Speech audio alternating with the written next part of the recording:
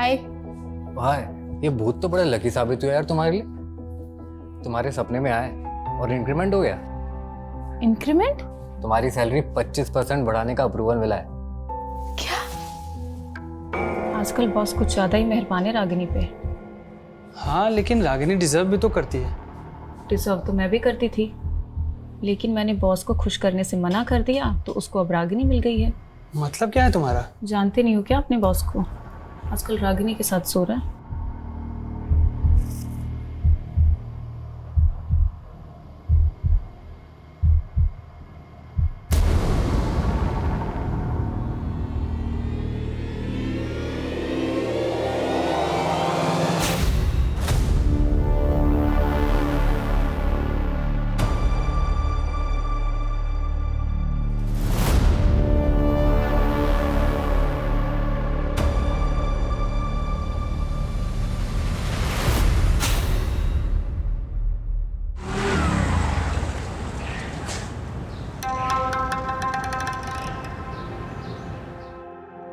Excuse me. Hello. जी बोलिए। आई Ragini. I am new recruit. It is first day. जय Hind sir. जय Hind sir. Sir new joining. Hello sir. मैंने आपको शायद पहले भी कहीं देखा है। मुझे? नहीं, शायद मेरा इल्यूजन होगा, क्योंकि आपका चेहरा मेरे एक पुराने केस के डेड विक्टिम से मिलता है। उसका नाम रागिनी था। रागिनी? सर मेरा भी नाम रागिनी है। सर अगर आप बुरा ना माने तो मैं एक बात पूछूं? ऐसा क्या था इस केस में कि आपको आपके डेड विक्टिम की याद आ गई? ऐसा क्या हुआ था इस केस में? कौन थी ये रागिनी? मेरा नाम रागिनी है, सिर्फ रागिनी। सुन रहे हो ना तुम? सुन रहे हो ना? इस रस्सी की धागों की तरह मेरी जिंदगी भी उलझी हुई है। हम जब अपनी काबिलियत के दम पे अपना कद ऊंचा करने की सोचते हैं तो कई बार दुनिया हमारे कदमों से जमीन भी छीन लेती है।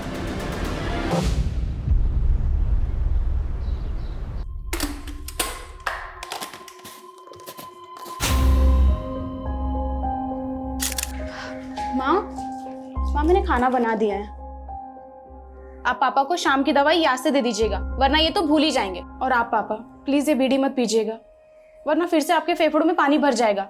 जानता हूँ मेरी बीमारी के चलते तुम्हारा खर्चा बढ़ता जा रहा है। मैं भी तो बेटी की कमाई खा खा कर घुटता जा रहा हूँ।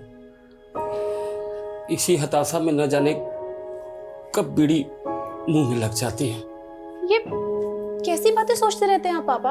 आप बस अपनी सेहत का ध्यान दीजिए। और हाँ, अगर आपने दोबारा बीड़ी पीना तो मैं सच में आपसे बात नहीं करूंगी। अरे नहीं नहीं, देखो ऐसा हरगिज मत करना। चलो नहीं पीऊंगा। अरे पगली, मैं भी तो चाहता हूँ कि तंदुरुस्त हो जाऊं और कोई नई नौकरी ढूंढूं। मुझे भी तो अपनी जिम्मेदारी निभाने दीजिए पापा। आपने भी तो जिंदगी भर मजदूरी करके हमें पढ़ाया लिखाया, वरना हमारे समुदाय के लोग अपने बच्चों को स्कूल तक नहीं जाने देते। तभी तो पूरी बिरादरी को तुझ पर गर्व है। झोपड़ी में रहने की किस्मत थी हमारी। आज तुम्हारी वजह से इतने अच्छे घर में रह रहे हम लोग। माँ, अभी तो घर की हालत और सुधारनी है। ऊपर एक और फ्लोर बनाकर घर को ऊंचा करना है। अरे बेटा, अब और कितना ऊंचा उठेंगे? पापा, बात मकान ऊंचा करने की नहीं है, बात हमारे स्वाभिमान की है। अब तक हम सर झुकाकर जीते आए हैं। अब जब सर उठाने का मौका मिला है तो तबीयत से उठाएंगे।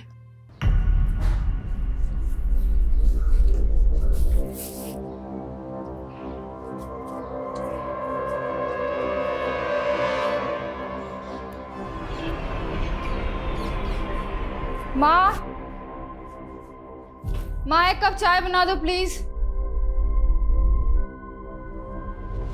तेरी बहन सबके लिए खाना बना के ऑफिस भी चली गई, तू खुद के लिए चाय नहीं बना सकती? मेरी तुलना ना उससे मत क्या करो।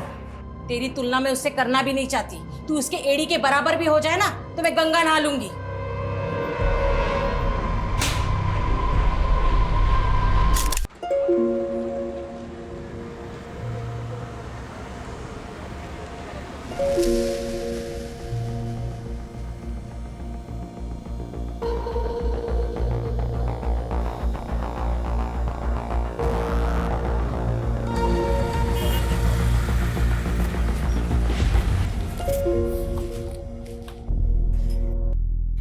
मुझे तो लगा आज तुम बस मिस कर दोगी। आज बस मिस होती तो बहुत जान से मार देता। बहुत बड़ी प्रेजेंटेशन है मेरी। ये धागा कैसा बांध रखा है?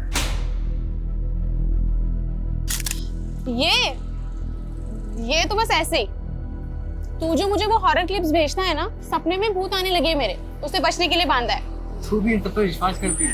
हंस मत, चल बस आ गई।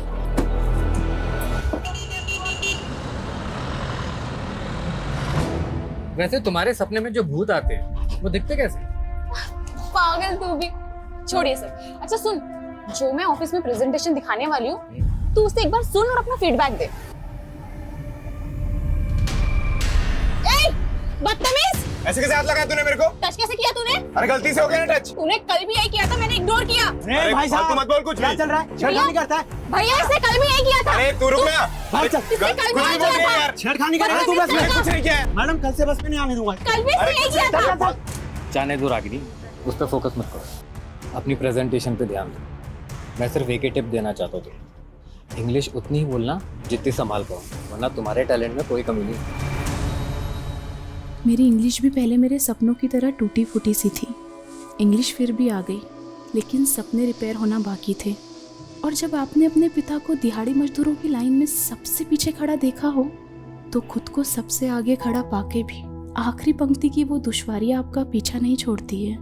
लेकिन कहते हैं किस्मत भले ही मात खा सकती है, पर काबिलियत वो कभी मात नहीं खाती। हाय। भाई ये भूत तो बड़ा लकी साबित हुआ यार तुम्हारे लिए। तुम्हारे सपने में आए और इंक्रीमेंट हो गया। इंक्रीमेंट? तुम्हारी सैलरी 25% बढ़ाने का अप्रूवल मिला है। क्या? आजकल बॉस कुछ ज्यादा ही मेहरबान है रागिनी पे।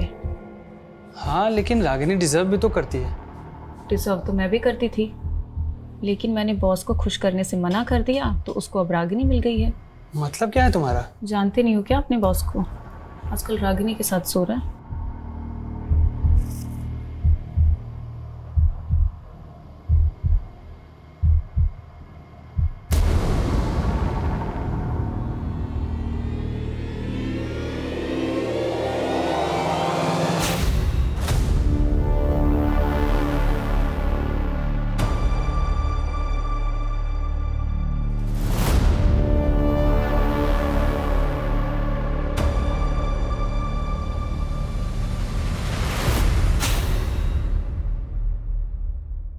मैडम वो आपने न्यू बायोमेट्रिक एंट्री वाला फॉर्म भर दिया? हाँ पवन जी, भर दिया। ये लीजिए।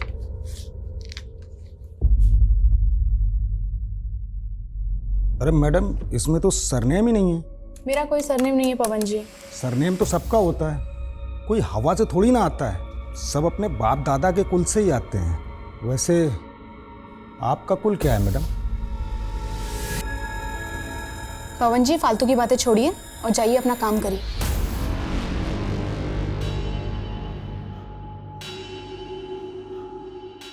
लाइए मैडम अपना फॉर्म दीजिए। पवन जी आप ठहरे कुलवान व्यक्ति, क्यों ऐसे लोगों से उलझते हैं जो अपनी जात छुपाते हैं? मतलब ये कि रागिनी ठहरी आपसे नीचे वाली और देखिए आपकी बॉस बन के बैठी है। कभी सोचा नहीं था कि ऐसे नीच लोगों की आवाभगत करनी पड़ेगी। रागिनी तूने मुझसे अनजाने में जूठा उठवाई है ना, अब देख मैं तुझे जूठा खिलाता भी हूँ, जूठा पिलाता भी। हाँ सॉरी भैया, थोड़ा लेट हो जाएगा, लेकिन मेरे आने से पहले आप ढोल वालों को मत भेजना। आखिर मेरे भतीजे का पुण्य पूजन है, आज तो जम के नाचना है। ओके भैया, बस पहुंच रहा हूँ। अरे अंकल थोड़ा स्पीड बढ़ाओ ना। अरे बेटा इस रोड पर स्पीड लिमिट 50 किलोमीटर प्रति घंटा है। थोड़े रूल्स तोड़ भी दोगे तो क्या हो जाएगा? मुझे भी लेट हो रहा है। रूल होता है, क्यों बेचारे पे दबाव डाल रहे हो? रहने दो भाई साहब, टैक्सी चलाते चलाते रोज रोज नई सवारियां, नए नए नखरे, अब तो इनको झेलने की आदत सी पड़ गई है। कब से चला रहे हो टैक्सी? बहुत सालों से चला रहा हूँ भाई साहब, 18-20 घंटे डेली चलाता हूँ। अंकल बुढ़ापा आ रहा है, इतना काम करोगे ना तो उम्र के पहले ही ऊपर चले जाओगे। अब काम नहीं करूंगा तो अपने घर वालों की जरूरतें पूरी कैसे करूंगा? और रही बात ऊपर जाने की, तो एक दिन सबको ही जाना है।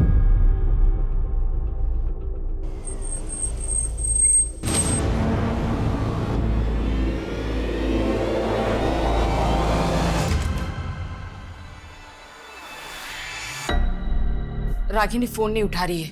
10 बजने को आया, कहाँ रह गई वो? अरे उसके दफ्तर में फोन करो ना। दफ्तर का नंबर तो गीतांजलि के पास है।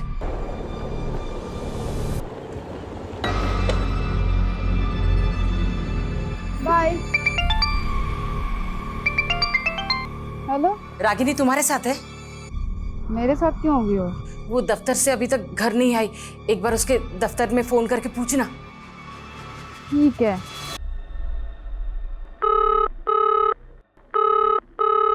उसके ऑफिस में भी कोई कॉल नहीं उठा रहा है माँ, ऑफिस बंद हो गया होगा। एक काम करना, उसके साथ जो काम करते हैं उनको एक बार फोन करके पूछना।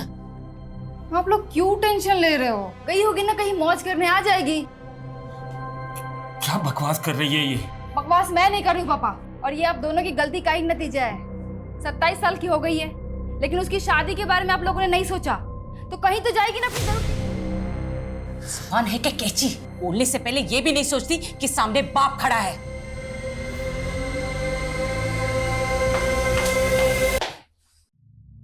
ये तो पहले ही हाथ से निकल चुकी है, अब छोटी की सोच। मैं जाता हूँ उसे ढूंढने। अरे आप कहाँ जाएंगे? वैसे ही आपकी तबीयत ठीक नहीं रहती। आप रुकिए, मैं जाती हूँ, आप रुकिए। अरे बेटी घर वापस नहीं आए, मैं यूं हाथ में हाथ धरे बैठे नहीं रह सकता। हटो। सुनिए पापा सॉरी, वो मैं कुछ ज्यादा ही बोल गई। चलिए मैं चलती हूँ आपके साथ।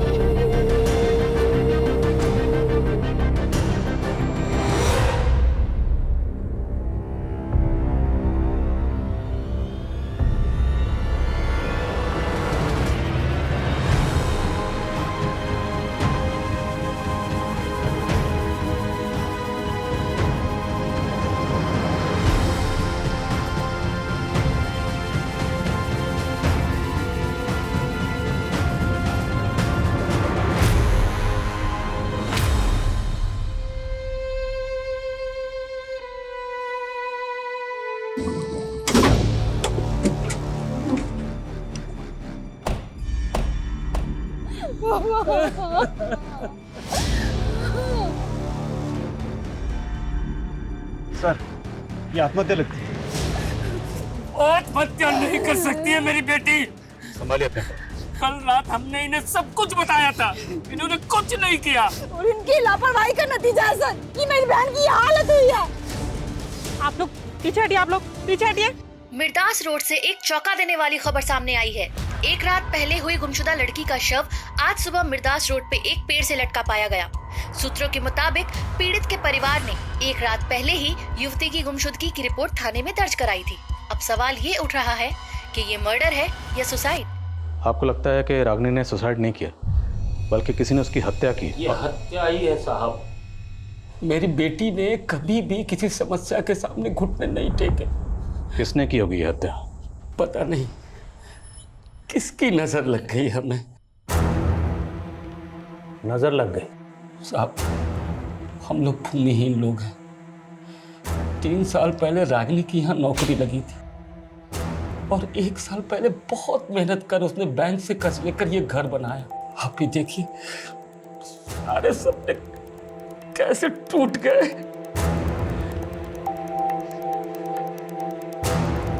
रागिनी घर से ऑफिस कैसे आती जाती थी? सरगुन पेट से कोई भी सीधी बस नहीं है उसके ऑफिस आवानगर के लिए, इसलिए वो सवारी के टेम्पो से नंदी चौक तक जाती थी और वहां से उसके ऑफिस के लिए सीधी बस मिल जाती थी। रागिनी आभा नगर अपने ऑफिस से बस लेकर पहले नंदी चौक आती थी, फिर यहाँ से शेयरिंग ट्रांसपोर्ट लेके अपने घर सरगुनपेट। लेकिन हमें रागिनी की लाश मिली मिर्दासपुर सरगुनपेट से 5 किलोमीटर आगे यहाँ से कट जाता है, और हमें रागिनी की लाश यहाँ 1 किलोमीटर अंदर मिली। और सर इस पूरे रूट पे कहीं भी सीसीटीवी नहीं है। शर्मा, जब सीसीटीवी नहीं थे तब भी केसेस सॉल्व होते थे। इस पूरे रूट को स्कैन करो और ये भी पता करो कि रागिनी अपने ऑफिस से कितने बजे निकली थी। रागिनी मिर्दासपुर क्यों गई? वो वहाँ खुद अपनी मर्जी से गई या कोई उसे ज़बरदस्ती लेकर गया? ये सुसाइड है या अबैटमेंट टू सुसाइड या फिर मर्डर?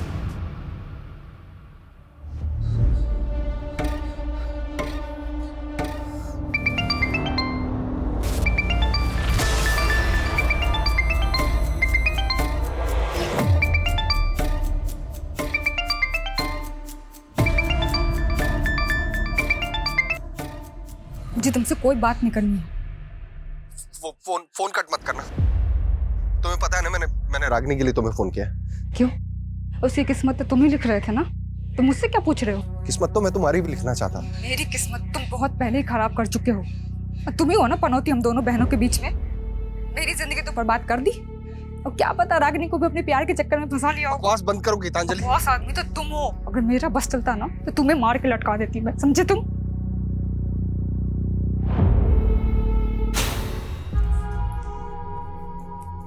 गीतांजलि, ये सब क्या है? हाँ, मैंने तुमसे क्या कहा था कि 10,000 रुपए से ज्यादा खर्चा नहीं करना है, और तुम 27,000 रुपए उड़ा कर आई हो उन सब में। 10,000 में आजकल कहाँ कुछ मिलता है योगेंद्र? जितनी चादर हो ना उतने पैर पसारने चाहिए गीतांजलि। ये इतने महंगे ब्रांड्स के कपड़े खरीदने की क्या जरूरत थी? हाँ, एक तो महंगे के महंगे और ऊपर से ऐसे फटे हुए ऐसे भद्दे कपड़े। तो तुम्हें साड़ी पहनने वाली बीवी चाहिए, ये शादी से पहले बताना चाहिए था ना। लेकिन फैशन के नाम पे अपनी बीवी को ऐसे फटे हुए और भद्दे कपड़े नहीं पहनने दे सकता मैं। तुम्हें पता भी है ऐसे कपड़े पहनने से क्या होता है? दुर्भाग्य क्या आता है, गरीबी आती है। अच्छा, तो जो ऐसे कपड़े मॉडल्स पहनती है ना, उनका जाकर बैंक बैलेंस चेक करो पहले। डकियन उसी ख्याल वाले से शादी हो गई मेरी। तुम कहना क्या चाहती हो? हाँ, हाथ छोड़ो। अपनी मर्यादाओं में रहो। देखो, हाँ छोड़ो। तुम कहना क्या चाहती हो? तुम अपनी हद में रहो, ठीक है?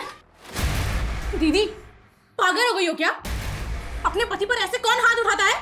और कौन सा पति ऐसे अपनी पत्नी पे हाथ उठाता रहता है? पता भी है तुझे? और इतना मुझे मौत तक फिरता रहता है ये। आ गई वकालत करने। जीजा जी, जीना मुश्किल कर दिया तुम्हारी बहन ने मेरा। मैंने आज तक उस पर हाथ नहीं उठा। उसने जीजा जी संभालिए अपने आप को। दीदी की तरफ से मैं आपसे माफी मांगती हूँ।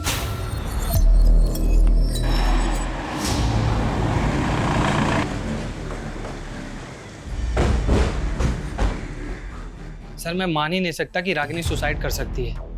मैं उसे तब से जानता हूँ जब उसने 3 साल पहले यहाँ ज्वाइन किया था। लोग उसका मजाक भी बनाते तो वो कभी गिव अप नहीं करती थी सर। लोग उसका मजाक बनाते थे?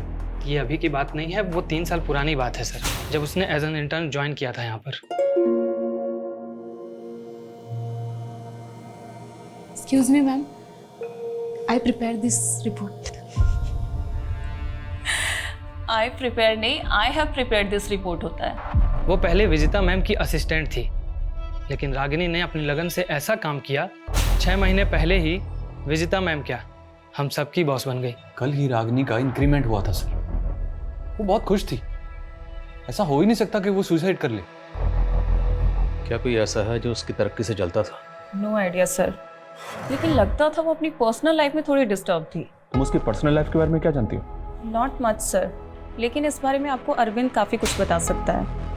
वो मैडम, रागिनी मैडम और अरविंद सर दोनों साथ में एक ही बस में आते थे और एक ही बस में जाते थे। कुछ शाम भी वो दोनों लोग एक ही साथ वापस गए थे। बस कौन सी थी? बस का नंबर बोलिए। मैडम, बस का नंबर तो नहीं मालूम, लेकिन बस रोज शाम को 5 बजे ऑफिस के सामने से निकलती थी।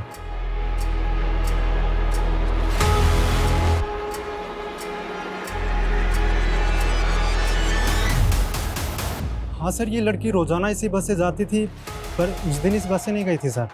क्या ये लड़की उस दिन बस में नहीं चढ़ी थी? नहीं सर। अच्छा, इसके ऑफिस का एक दोस्त भी इसके साथ जाता था बस में? सर, एक लड़का जाता तो था, पर उस दिन तो वो लड़का भी बस में नहीं चढ़ा था।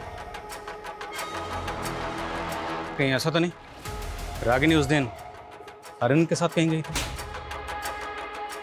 पता करो अरविंद का और थाने बुलाओ उसे। Okay sir. मैं नहीं जानता रागिनी के साथ उस रात क्या हुआ।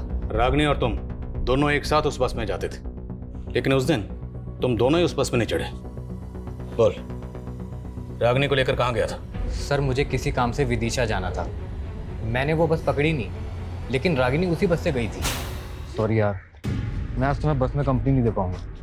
तो क्या हुआ यार, कोई बात नहीं, मैं चली जाऊंगी। लेकिन ड्राइवर तो बोल रहा है कि रागिनी उस बस में चढ़ी ही नहीं। तुमने खुद देखा था रागिनी को चढ़ते हुए?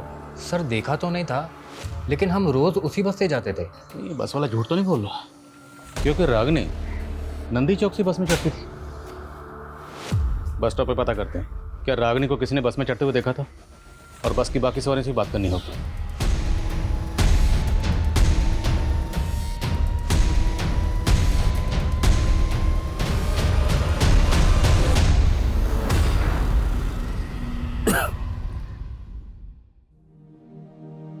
गिन चुन के 4 ही तो लोग हैं हम लोग, और ऊंचा मकान बनाने की क्या जरूरत है?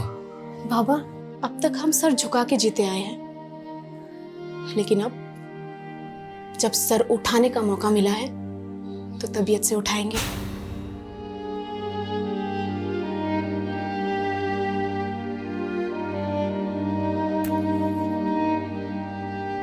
अगर आपने दोबारा बीड़ी पी ना तो मैं सच में आपसे बात नहीं करूंगी।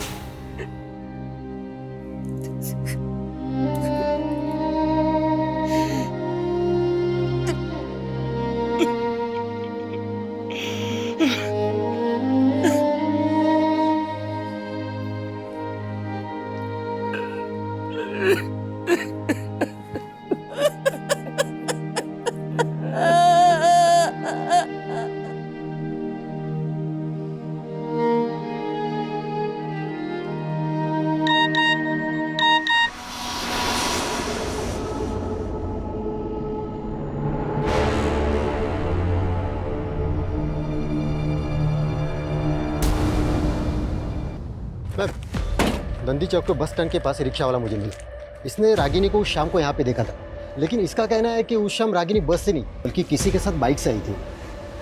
क्या देखा था आपने? उस दिन शाम को बाइक से देखा था और एक लड़की के साथ। वो हेलमेट पहना हुआ था। ये लड़का था? ये तो खुद उनके साथ आता था बस से। वो कोई और था। गाड़ी का नंबर मुझे नहीं पता, लेकिन लाल कलर का बाइक था। क्या टाइम हो रहा होगा सर? करीबन 6 या 7 बज रहा था।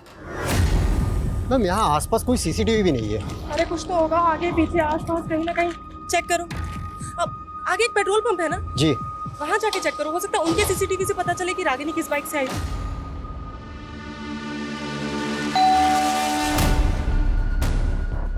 रागिनी जी का घर यही है?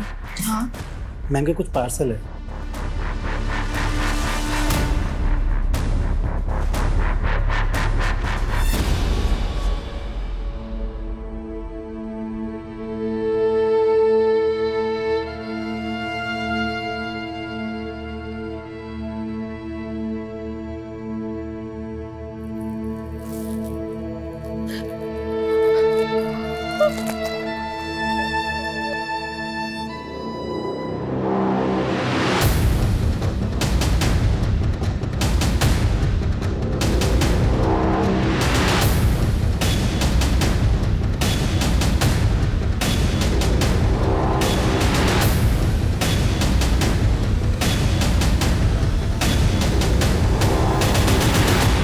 बाइक का तो कुछ पता नहीं चला सर, लेकिन उस शाम को रागिनी नंदी चौक के पेट्रोल पंप के एक सीसीटीवी फुटेज में कैप्चर हुई थी। वो शाम को तकरीबन 7 बजे एक कैब में बैठी हुई दिखी। ये देखिए। किसकी कैब है? अब बिना वक्त गवाए ये बता दे कि लड़की को क्यों मारा। बोल। साहब मैं मानता हूँ, वो लड़की मेरी टैक्सी में बैठी थी। ये बोल, लड़की को लेकर गया कहाँ था? साहब मुझे कुछ नहीं पता, मैं शहरी टैक्सी चलाता हूँ। कौन कहाँ पे उतरता है याद नहीं मुझे। कोई बात, हम याद दिलाएंगे। याद दिला जरा से। साहब मुझे याद आ रहा है साहब। सर मैंने उस लड़की को ना मिर्दास रोड पे छोड़ा था साहब।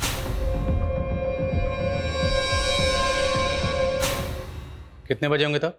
सर उस वक्त 8 बजे होंगे। उस रात गाड़ी में और कितनी सवारियां थी? सर उस लड़के के अलावा 3 सवारियां और थी। कौन थी वो 3 सवारी? सर मैं पहचानता नहीं उनको, शहरी टैक्सी चलाता हूँ ना, अलग अलग जगह से चढ़ी थी। बस सवारियां उतरी कहाँ थी ये तो याद होगा। साहब वो पहली सवारी तो कीर्तिनगर उतरी थी और दूसरी वृंदापुर और तीसरी मालवीपुर उतरी थी सर। वो लड़की रागिनी हर रोज नंदी चौक से अपने घर सरगुनपेट जाने के लिए शेयरिंग ट्रांसपोर्ट लेती थी। तो वो मिर्दास रोड क्यों जाएगी? अब वो मुझे नहीं पता साहब।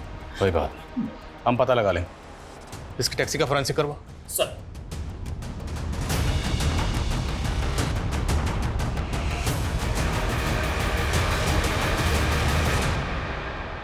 निमिष, तुम्हारी टैक्सी में ई वॉलेट बारकोड है ना? हाँ साहब है। तो पैसेंजर से पेमेंट कैसे लेते हो? ई वॉलेट से या कैश? सर ई वॉलेट से भी और कैश भी, दोनों। उस रात उन तीनों सवारियों ने पेमेंट कैसे की थी? साहब एक सवारी ने तो ऑनलाइन किया था और बाकी ने कैश। ट्रांजैक्शन दिखा और उस लड़की को जहां उतारा था वो लोकेशन दिखा।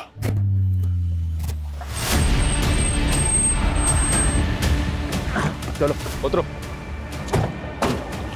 हाँ साहब यही वो जगह है, यही उतारा था मैंने उस लड़की को।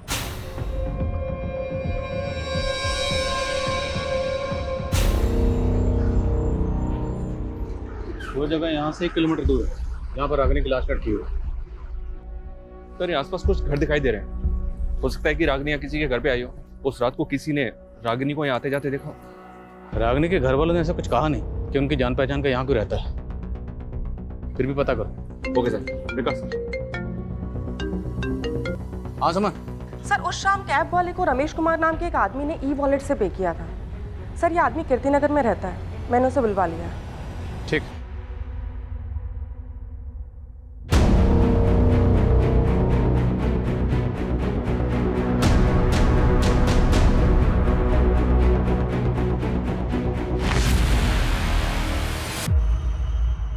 हाँ सर, कल ये कैब में थी, पिछली सीट पे बैठी हुई थी।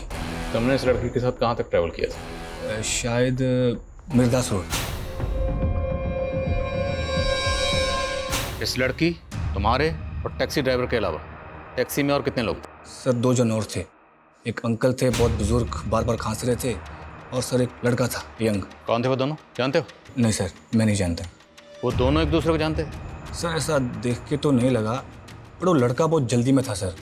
उसे किसी फंक्शन में जाने के लिए बोल रहा था वो। आखिर मेरे भतीजे का पुण्य पूजन है, आज तो जम के नाचना है।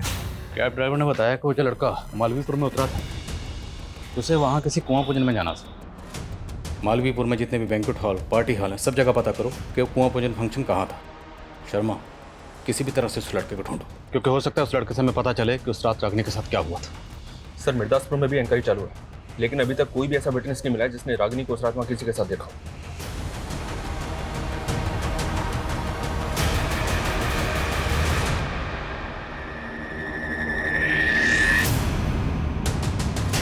सर रागिनी के घर से फोन था, उसकी फैमिली आपसे मिलना चाहती है। रागिनी ने ऑनलाइन पोर्टल से रस्सी मंगवाई थी जो अब डिलीवर हुई है। जी सर। सर कुछ समझ में नहीं आ रहा है कि उसने ये रस्सी क्यों मंगवाई। और सर पिछले 2 महीने में 3 बार वो ये रस्सी ऑर्डर कर चुकी है। तो ये रस्सी जिस अकाउंट से ऑर्डर की गई थी वो गीतांजलि 123। गीतांजलि सर मेरा ही अकाउंट है, हम दोनों एक ही अकाउंट यूज करते थे।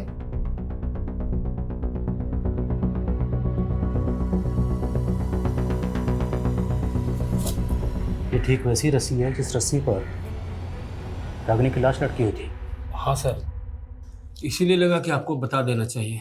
पर आप तो कह रहे थे कि रागिनी सुसाइड नहीं कर सकती, जबकि आपकी बेटी कह रही है कि रागिनी पिछले 2 महीने से ऐसी रस्सी मंगवा रही थी। तो क्या रागिनी 2 महीने से सुसाइड के बारे में सोच रही थी?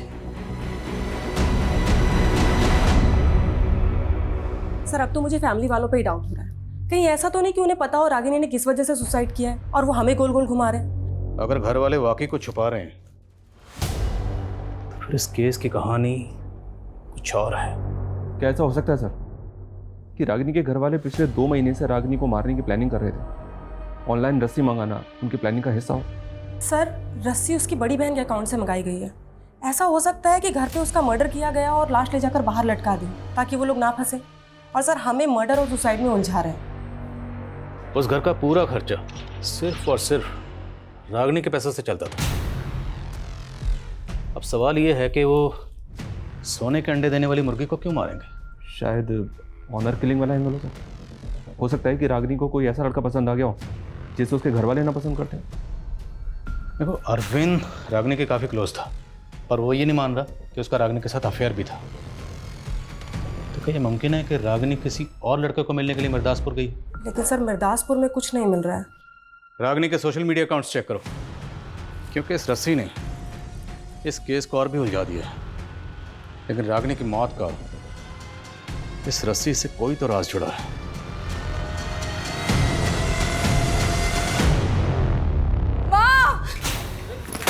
गीतांजलि, गीतांजलि,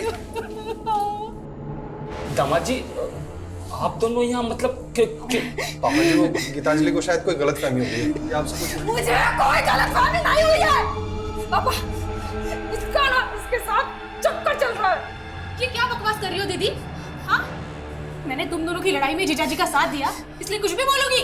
तुम ना ज्यादा भोली बनने की कोशिश बिल्कुल भी मत करो मेरे सामने। सुनो सुनो सुनो, अगर तुम मेरे साथ नहीं रहना चाहती ना तो मुझे कोई तकलीफ नहीं है। तुम अपनी बहन को जलील मत करो यार। लेके जाओ अपने साथ। तू अपनी हद पार मत करो दीदी। तुम हद पार करे तू और हद में रहूं मैं? हाँ,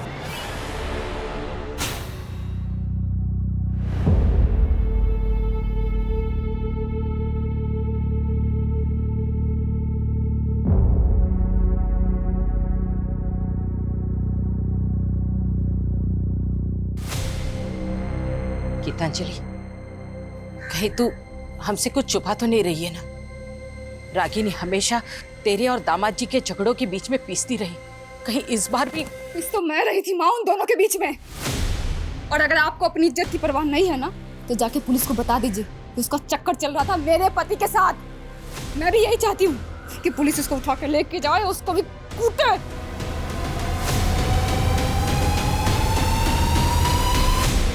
उस रात मालवीपुर के एक पार्टी हॉल में एक बच्चे का कुआं पूजन था, और रमेश के मुताबिक जिस बच्चे का कुआं पूजन था वो उसका भतीजा था। हमने इस फंक्शन की गेस्ट लिस्ट निकाली। बच्चे के फादर के जितने भी ममेरे, चचेरे और दोस्तों की ये तस्वीरें हैं।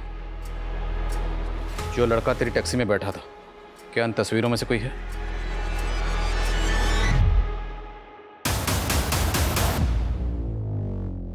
सर, वो लड़की मालवीपुर के पहले ही कहीं उतर गई थी। कहाँ उतरी थी? जगह का नाम बोल। शायद मिर्दासपुर सर। रात तेरे, टैक्सी ड्राइवर और इस लड़की के अलावा टैक्सी में कोई और भी था? सर 2 लोग और थे। कौन थे? जानते हो ना? जी नहीं सर। विनय, रमेश और कैब ड्राइवर निमेश, इन तीनों की स्टेटमेंट सेम है। मैंने चेक भी किया सर, ये तीनों वाकई में एक दूसरे को नहीं जानते। हो सकता है तीनों सच बोल रहे हैं। इन तीनों के अलावा उस रात कैब में एक बंदा और था जो वृंदा पर उतरा था। वो बंदा कौन था? उसका बयान लेना भी जरूरी है। उसका स्केच बनवाओ इन तीनों से। Okay sir. सर, उस शाम रागिनी की कलीग दिलीप का नंबर नंदी चौक में एक्टिव था, और सर उसके पास बिल्कुल उसी मॉडल की बाइक है जिसके बारे में चाय वाले ने जिक्र किया था। वो मैंने उसको लिफ्ट दी थी सर, लेकिन मैंने उसको नंदी चौक उतार दिया था। वही तो पूछ रहा हूँ, पहले क्यों नहीं बताया? प्लान क्या था? कैसा प्लान सर? आप बेकार में शक कर रहे हैं मुझ पर। मैं तो खुद गिल्ट में हूँ कि मैंने उस दिन उसको घर तक नहीं छोड़ा। ये इमोशनल ड्रामा बंद कर, सच बोल। मैं सच कह रहा हूँ सर। मैं उसको घर तक ड्रॉप करता तो मुझे अपने घर जाने के लिए 15 किलोमीटर वापस आना पड़ता। इसलिए रागिनी ने ही मुझसे कहा कि मैं उसे नंदी चौक उतार दूँ। वो शेयरिंग कैब ले लेगी। ठीक है, जाओ।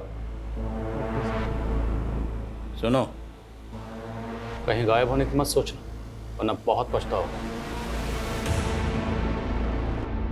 ये पक्का कुछ छुपा रहा है। इसकी उस रात की एक एक एक्टिविटी पता करो। Okay sir.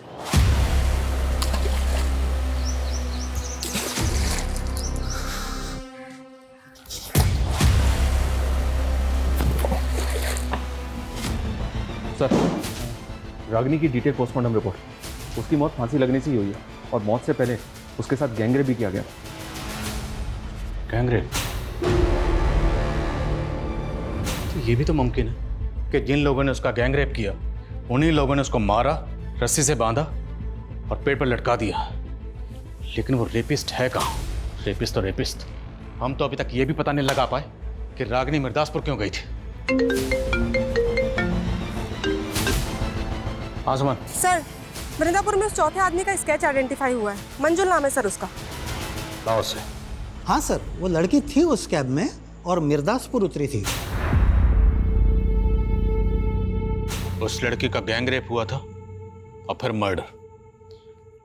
अगर कुछ भी जानते हो तो बता दो। सर, मेरे बच्ची जैसी है वो। मैं खुद हैरान था कि इतनी रात को वो उतरी क्यों।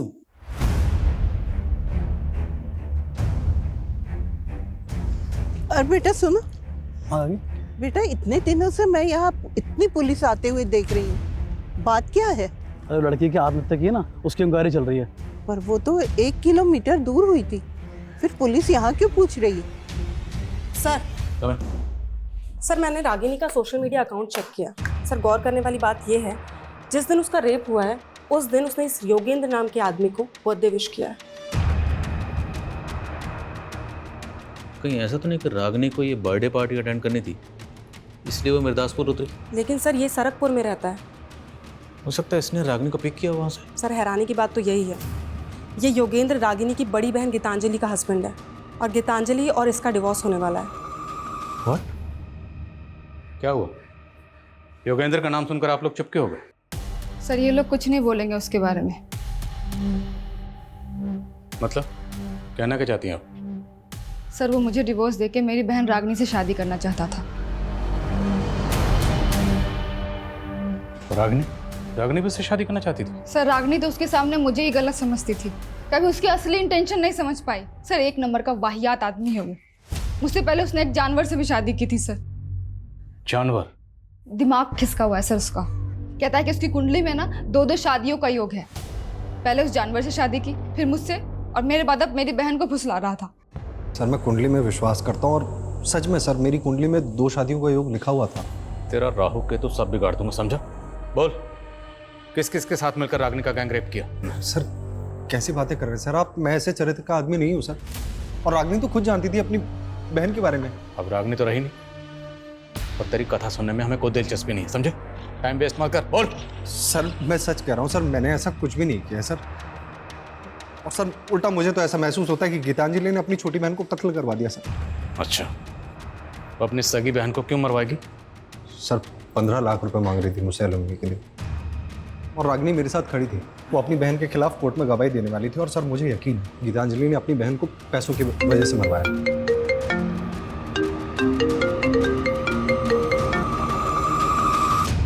बोलो।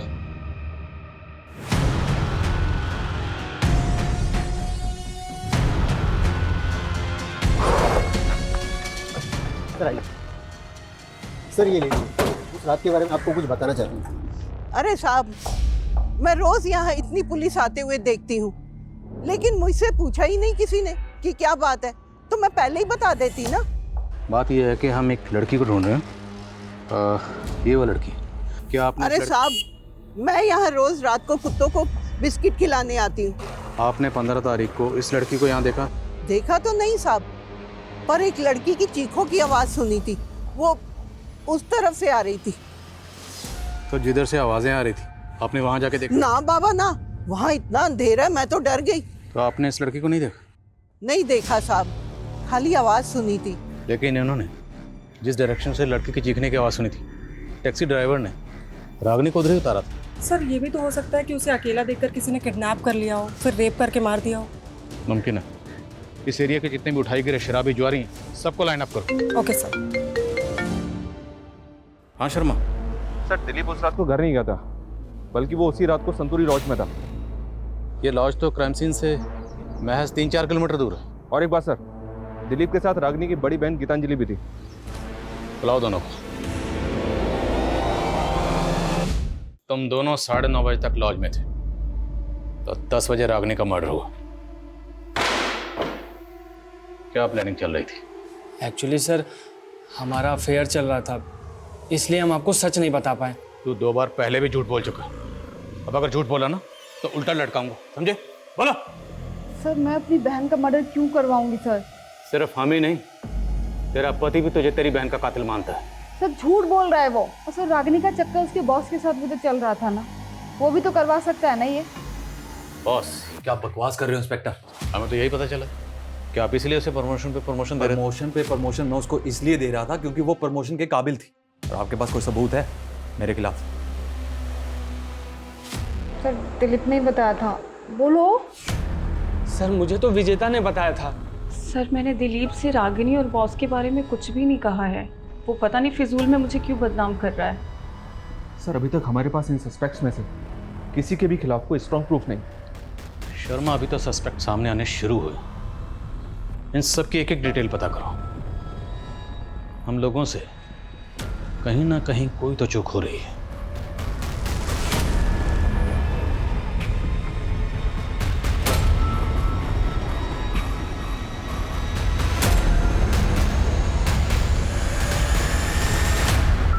रागिनी, तुम्हारी कुंडली देखकर तो ऐसा लगता है कि तुम कोई ना कोई बड़ा मिरेकल करने वाली हो, लेकिन एक दोष है और वही तुम्हारी समस्याओं का कारण है। कैसा दोष? बड़ा भारी दोष है। सर हमने इन तीनों की बारीक से बारीक डिटेल निकाली है। निमेश के बारे में कुछ बातें पता चली है। कैसी बात है?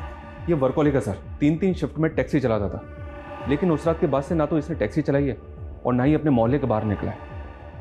डरा हुआ है क्या? पता नहीं सर। और ये रमेश, ये भी ऑफिस नहीं गया था और ना ही विनय कॉलेज। ये तीनों के तीनों एक ही बयान दे रहे हैं। अब ये सच बोल रहे हैं या झूठ, ये पता लगाने का वक्त आ गया। साहब मैंने कुछ नहीं किया, मेरी तबीयत खराब थी साहब। दिमाग खराब मत कर, तेरी टांगे तोड़ दूंगा, समझे? रमेश, मंजुल और विनय सब बोल चुके हैं, अब तू बोल।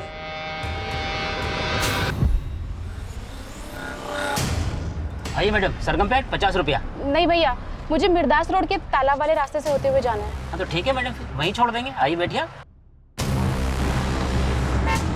वो लड़की पीछे सीट पर बैठी थी और साथ में 3 लोग जो बैठे थे उस लड़की के साथ बदतमीजी कर रहे थे। मैं तो लड़की को बचाना चाहता था, इसलिए मैं उस लड़की को मिर्दास रोड पे उतार रहा था। उन लोगों ने मुझे जान से मारने की धमकी दी। फिर जो वो बोलते रहे मैं करता रहा। उन्होंने आगे जाके गाड़ी रुकवाई और उस लड़की के साथ रेप किया। मैंने कुछ नहीं किया साहब।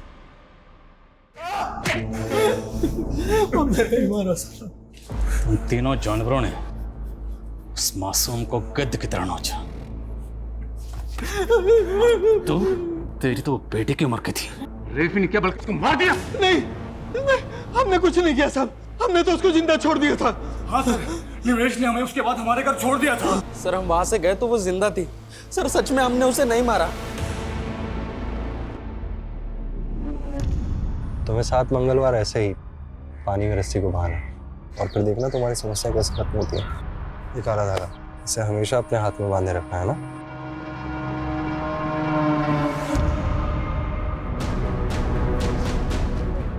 बोल, सबसे आखिर में तूने मंजुल को 11 बजे वृंदापुर छोड़ा था। उसके बाद तेरी टैक्सी खाली थी, लेकिन फिर भी तू घर नहीं गया।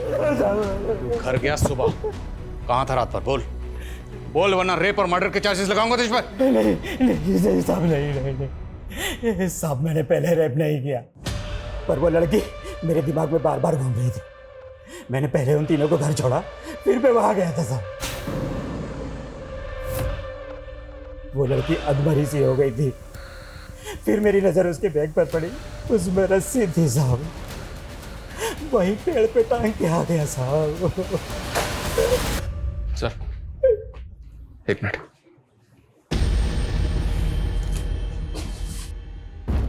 सर इस क्राइम का मोटिव कुछ और ही है। मैं उसे सबक सिखाना चाहता था। मुझे पता था वो रोज इस शेयरिंग टैक्सी से आना जाना करती है, इसीलिए मैंने प्लान बनाया। मैं और विनय अलग अलग जगह से चढ़े, लेकिन हम जब गाड़ी में चढ़े वो बैठी भी नहीं थी। लेकिन उसने जब मुझे देखा, पड़ोसी है, सोचा होगा सेफ रहेगी, इसलिए गाड़ी में बैठ गई। मैंने छेड़खानी शुरू कर दी। मैंने सामने बैठे वाले रमेश का मिजाज भी पढ़ लिया था। ये क्या बदतमीजी है ये? भैया भैया गाड़ी रोको। ड्राइवर ने जैसे ही उसे उतारा, हमने उसे दबोच लिया। क्या बिगाड़ा था उसने? मैंने उसको समझाया था उसका घर हमारे घर से ऊंचा ना करे, लेकिन उसने हमारी नहीं सुनी। मैं उनकी जात वालों के घर का पानी भी नहीं पीता, और मैं नहीं चाहता था उसके घर की परछाई में हमारे घर पर पड़े। शर्मा,